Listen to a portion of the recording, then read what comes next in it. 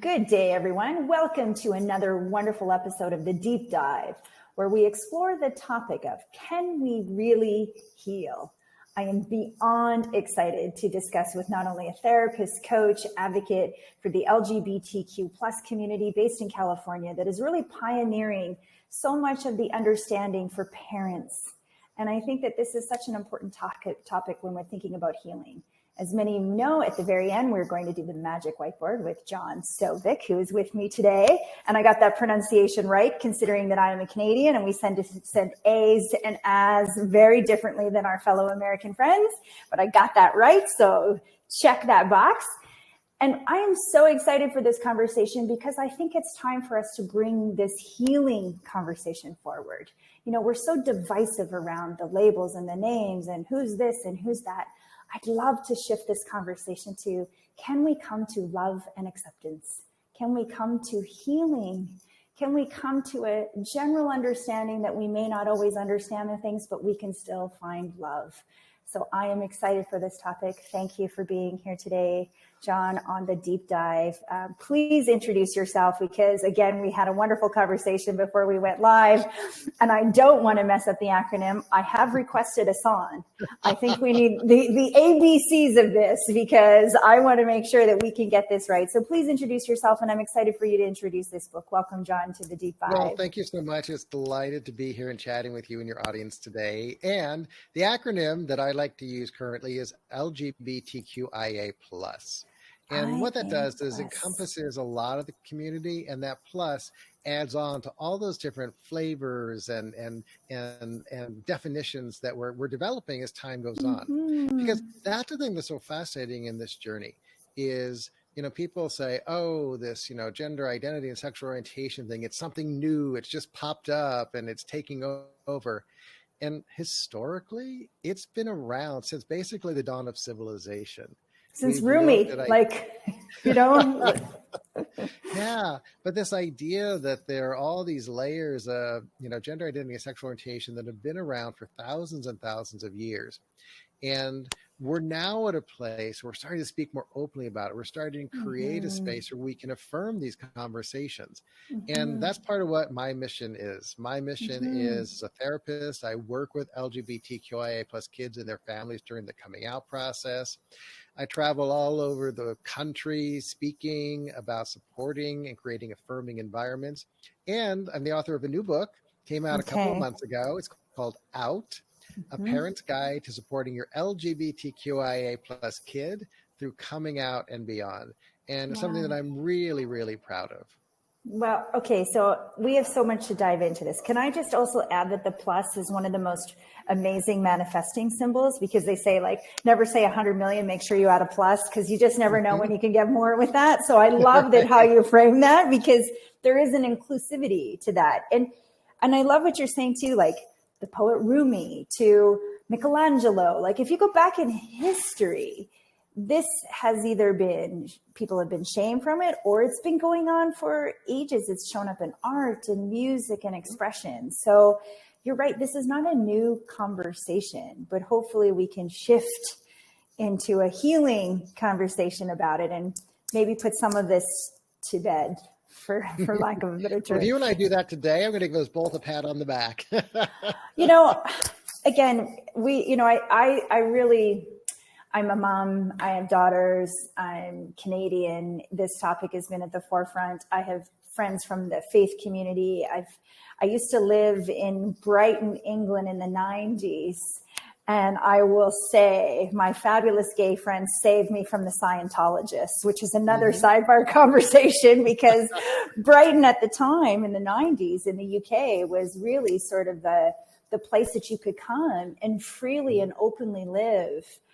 As an LGBTQ plus, I'm not going to say it right, I'm sorry, IA plus, in that community. And so I lived there. I was a 21-year-old straight really from Canada, from Saskatchewan, Canada, no less, and gone there. And I just had my eyes open to such a beautiful community. So I want to first talk about that, like the community, because I think that healing happens in community. Where do you see some of these major shifts happening, and are they happening? Are they happening fast enough when you think about the community at large? So I think that's a multi-pronged question because we are Mm-hmm. looking at within certain communities, absolutely. And there Mm-hmm. are different levels of how it's happening.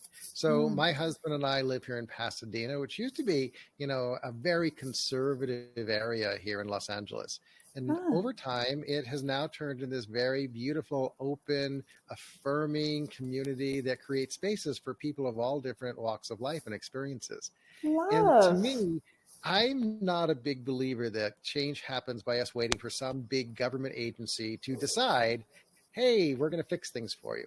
To me, Mm. it's about this grassroots willingness to connect, for you Mm-hmm. and I to chat, for you to share about your experiences in Brighton and the people who helped open your eyes, to be Mm-hmm. willing to talk to our neighbors, to support each other in just creating a powerful, powerful community that we live in, and then Mm-hmm. letting that expand and grow. And for Mm-hmm. me, that's where it changes. That's how Mm-hmm. each of us can become more affirming. And Mm-hmm. one of the ways we do that is through learning, through education, Mm-hmm. through be willing to say, I want to listen to your story and learn more about your life as a Mm-hmm. means to help make mine flourish. Mm-hmm. It's so interesting because one of the journey that I've been on with AHA and now launching the deep dive is I've been studying emotional pain for 30 years. I've looked at the early roots of our life, the first 10 years of our life. How do they shape who we ultimately become in Mhm. all kinds of ways? And we know that in many cases, that first 10 years of life for children that are growing up in, say, conservative homes, hearing things about what it means to be quote unquote gay, the feelings that they have, the expressions that they have. I'd love to hear a little bit of your own story because you are also not only a therapist, but you also have a husband. Mhm. What was that like for you as a kid in those early years? I'd love to know a little bit of the roots of that story. It's really fascinating for me. I actually had a very lovely coming out process. My family was very affirming. My friends were amazing. In fact, they thought it was cool. They were like, "Oh my God, we've got to find you a boyfriend to set you up with." They were all on board and into it. And so it was a really beautiful and positive Mm, experience for me. The thing to understand though is even with all that beauty and that like affirmation around mm-hmm, me, there's still all kinds of anxieties that we as LGBTQ people carry as we walk through the world. mm-hmm. Because remember, if I'm perceived as different, either by my sexual orientation or gender identity, then that creates an environment where I may feel unsafe. Mm-hmm. And so a lot of us in psychology are looking at the coming out process as actually a trauma based experience for most Mm-hmm. LGBTQ people, where we have to be in a state of hypervigilance. We have to be Mm-hmm. aware of like, am I safe in this moment? Am I wearing something that's too bright and loud and calling attention? Am I moving too big? How's the placement of my voice? A lot of LGBTQ people experience that. And it does Wow. have an ongoing influence on their life experience. Interesting. A really subtle example that you may not have thought of before. But let's say my husband and I go out and we have a nice dinner together and we're walking back to the car and we just want to hold hands. Now, maybe for you and your partner, it would just be an automatic response. You just hold hands and you walk.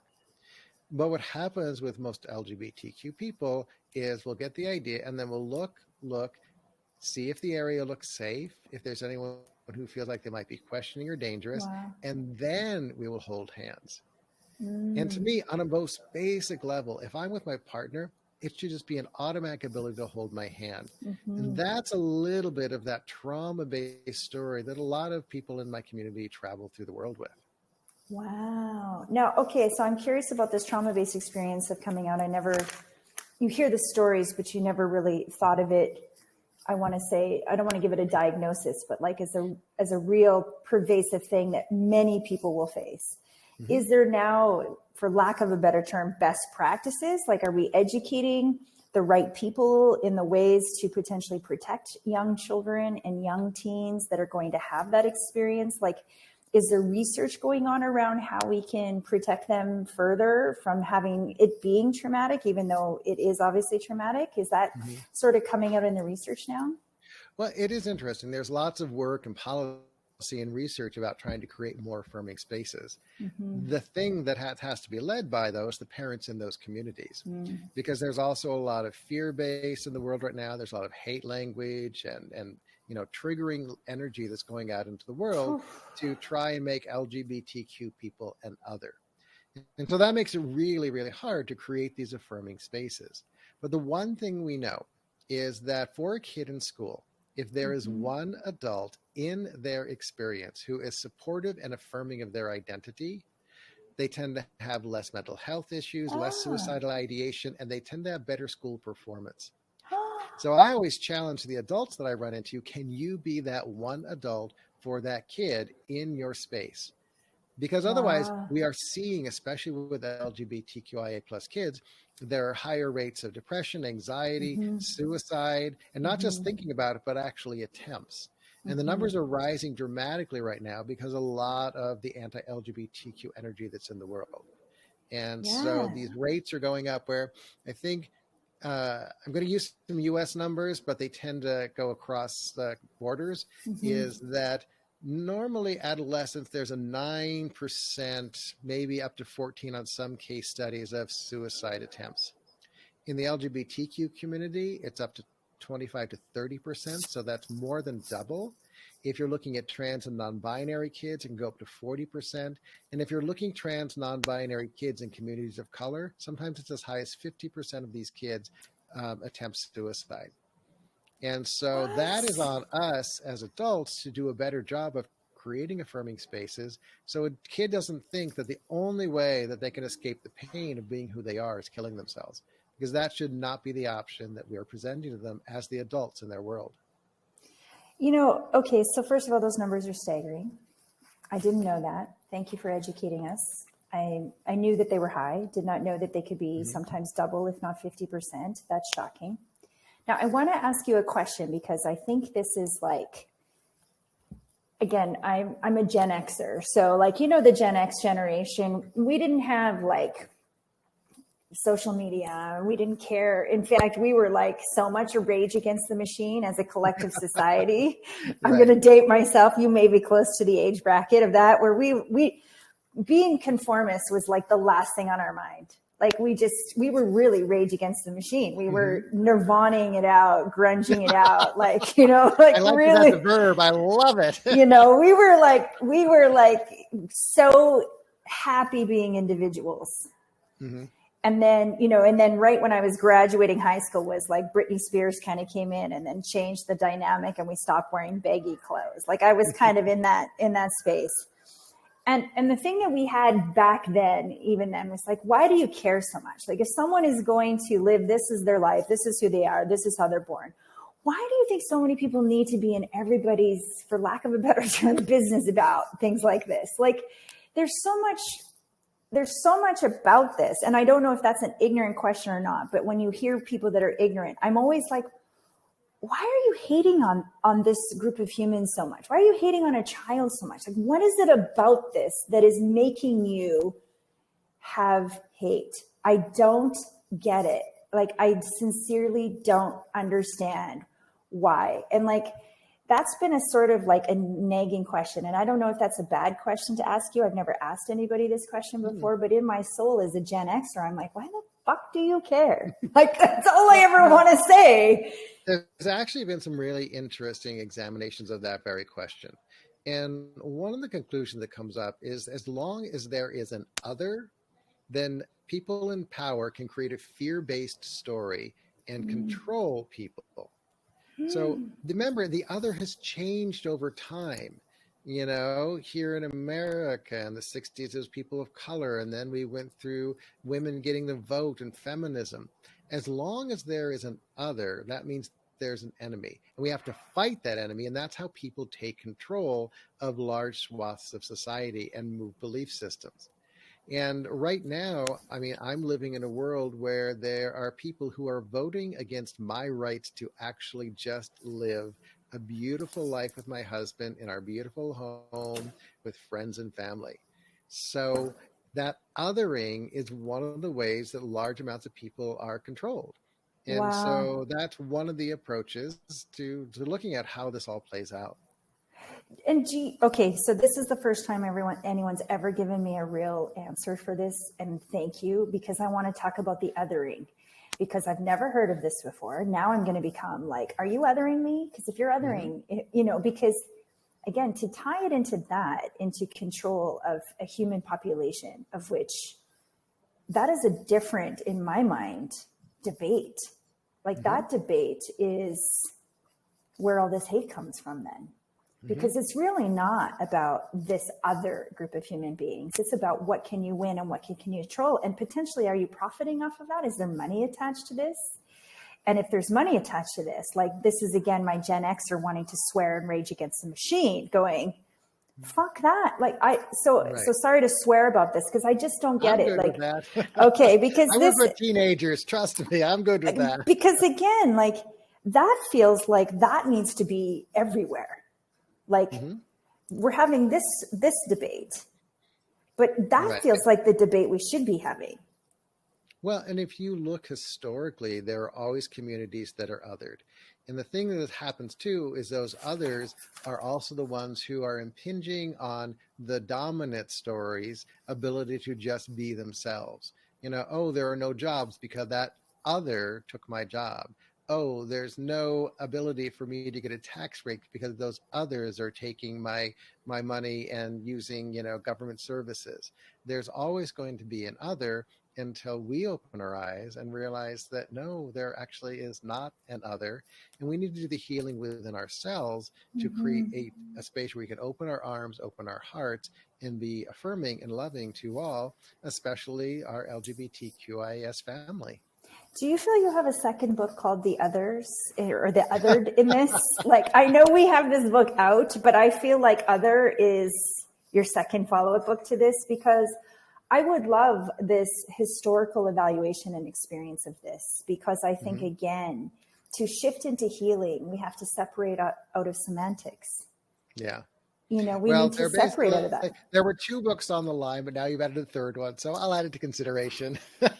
Well, the work we do at AHA is always like, are you sure Othered is not the title of this next book? Because this feels so much elevating the conversation out of this, right, into this.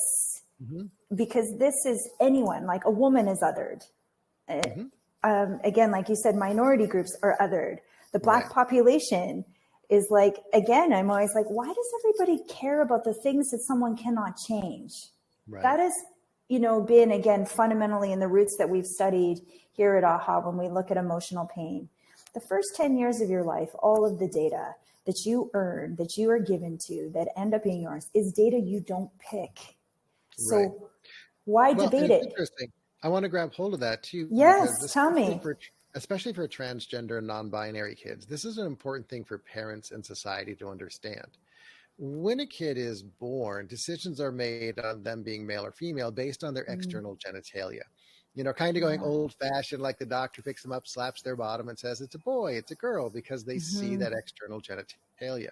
And then all of these messages of what that means to be a boy or a girl, masculine, feminine, are all fed in by the family, the community, the religious community around these kids. And that's really hard. And it is so woven into the structure of our world. What color do little boys wear? They wear blue. Girls wear pink. Of course, yeah. Boys don't cry. Yeah. And then this whole movement towards, you go to a toy store, that there's a boys aisle and a girls aisle. Still between the two of us here, that there's this whole thing, like there's a men's razor and a women's razor. Guess what? They're razors that do the exact same thing. And you probably know yours costs more than mine does. Yes. Okay. Yes, they do.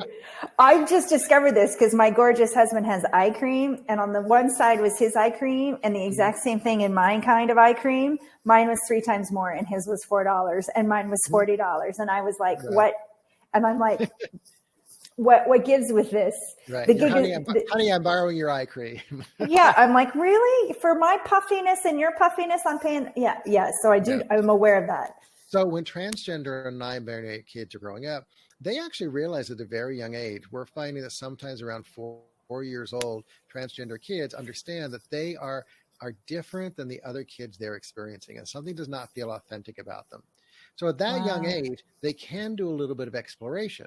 But then all of these social constructs of Mm-hmm. gender start to play out, Yeah. and they try and norm into their biological gender because it's safer for them.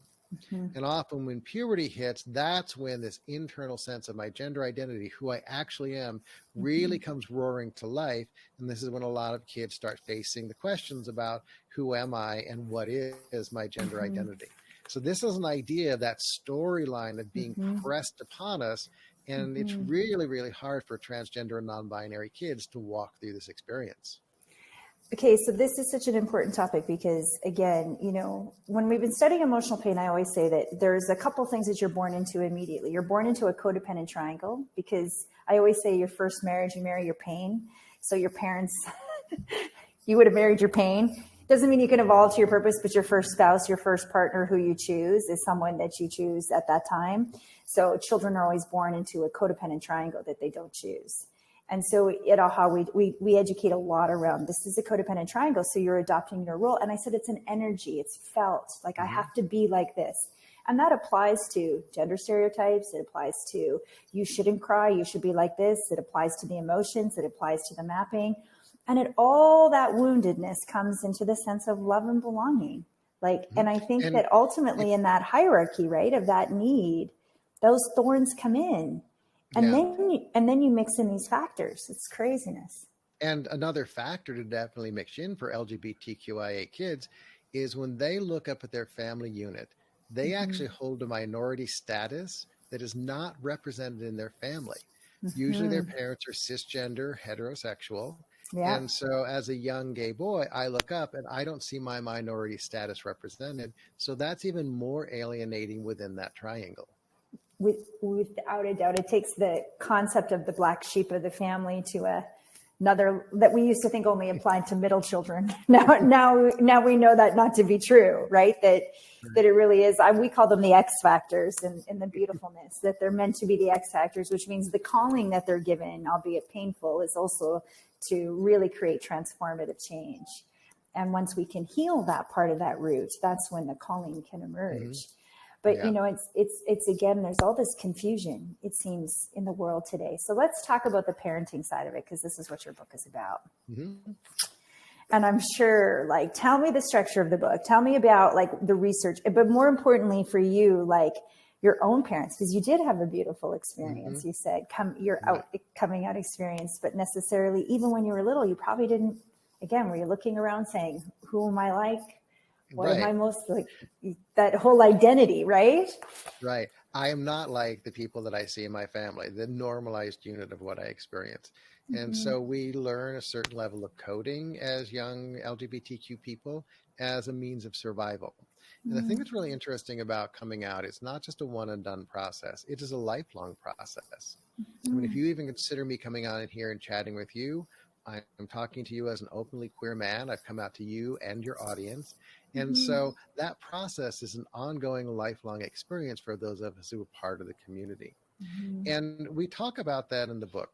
The book is designed to be that guide that a parent who wakes up at 2 a.m, freaking out about something, really anxious about their kid, can open this book. And it's like sitting down with me over a nice cup of tea and chatting about all these fears and anxieties that might be showing up as a parent so they can be the most affirming and supportive parent that they can. We look at some of the definitions like we've been talking about. We look at the coming out process, the parents' process coming out. We look at it as an entire family process. Then later on, how do you become an advocate for your kid? How do you talk to them about sex and relationships? So these are all different chapters in the book that are based on the work that I've been doing with clients for years now. Interesting. Okay, so I have a question about the therapy, and then we're going to, I want to do your board, your magic board. Oh, I think everyone in the world, if I do nothing else, is to do everyone's microboard so they know they're calling. But clearly you're living in yours, but there still could be some magic there that we could uncover. Certainly around this second book called The Others. Othered is very cool to me. Okay, so not that this isn't cool too, but I'm excited. So if you were to sort of break it down for a parent that may suspect, may think, may know, When do you think that in the therapeutic healing process that this work should begin as a family? Because they're going to have siblings, right? They're going to have aunts, uncles, extended family. Like, is there a good formula now, or do we have a handle on that to say, okay, like I loved already learning that if it takes one person that just sees them, an adult in their life, that should be in every school and every classroom and every church and every community. I'm that person. Give me the hat. Send them. When they used to have like the hall monitor. You should almost have a different hall monitor now. There you go. Like we need to like revolutionize these kind of roles. But when and like, what do you think is the recipe for really protecting this trauma? If I had my way, it would be at that moment when parents decide that they want to have children. That at that moment that they are willing to look inside and look at these questions and curiosities. How can we create the most supportive and affirming household that we possibly can? So that any of our kids that come through, straight, gay, trans, non-binary, asexual, aromantic, can have a safe place where they can come and be authentically who they are.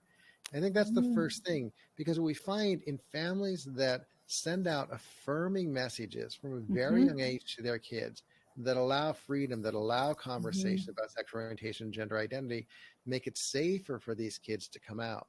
What it also does too, though, is it creates an exciting atmosphere where everyone can have conversation about sexual orientation and gender identity. It doesn't just have to be based for LGBTQIA people. And I talk about this in the book, that when one of your kid comes out, it's really important to make sure there's space for any of the other kids in the family to also talk about their sexual orientation, their gender identity in affirming spaces, so it becomes a family conversation. The number one thing, though, that I think parents can do to support their LGBTQIA plus kid is when they come to you and when they come out, you have to understand, even in really affirming households, this is the most anxiety producing moment for any kid. Their heartbeat's going to be racing, their palms are going to be sweating, their body temperature's going to be raised. And in that moment, when they tell you, Mom, Dad, I'm trans, Mom, Dad, I'm gay, Mom, Dad, I'm a lesbian, I'm bisexual, any of those things, the first thing I want to encourage any parent to do is to open your arms wide, hug your kid close, and tell them, I love you. That simple moment right there is going to create a foundation for communication and growth that's going to last the entire experience of your relationship. If you could set those words in place, that kid is going to be able to center and relax and come back and release any of the trauma of that moment, because they've been told they're loved and they've been held. And we know that that tactile energy for attachment theory is a beautiful way to create connection, a bond. Totally. And so for It's any so parent beautiful. who's living, that's the number one thing that I think you should do.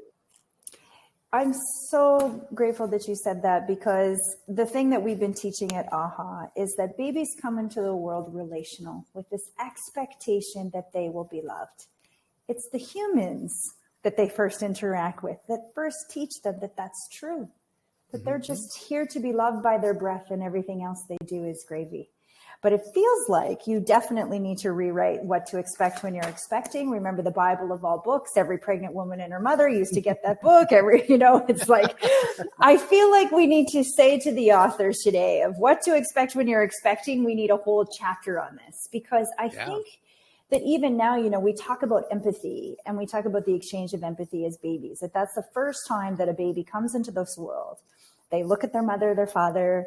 It becomes relational, even without language. They're relational. They're not blank slates. We know in the psychology that is changed. And so even when I see now some people that are looking at their babies or on the phone, for example, when they're breastfeeding, like that's the one time where you can convey through your eyes this love, this unconditional love. And we know that love and belonging is really where the thorn gets stuck, that the children just want to know that they're loved and that they belong. And that's our job. So this is beautiful, beautiful, beautiful. Okay. Are you ready for the board? Ooh, let's do it. Okay. So a little bit of the backstory to this. So when I grew up in the streets with just my mom, and my dad was a chronic addict, and I had spent a lot of time, my very first addictions program, was Alateen. If you remember Al-Anon, I was in Alateen as a youngster. And, I got the book one day at a time. And then throughout my life, I'd really spent a lot of time in the recovery side of the world and wanted to examine recovery programs specifically, but really led myself to studying emotional pain. And the thing that I felt that was most missing was, what do we do with this initial 10 years of true data that is born to us, not necessarily the data that's been forced upon us, but is there another way to look at these ingredients of the soul? And when I studied relapse rates specifically, I noticed that people don't often know their calling.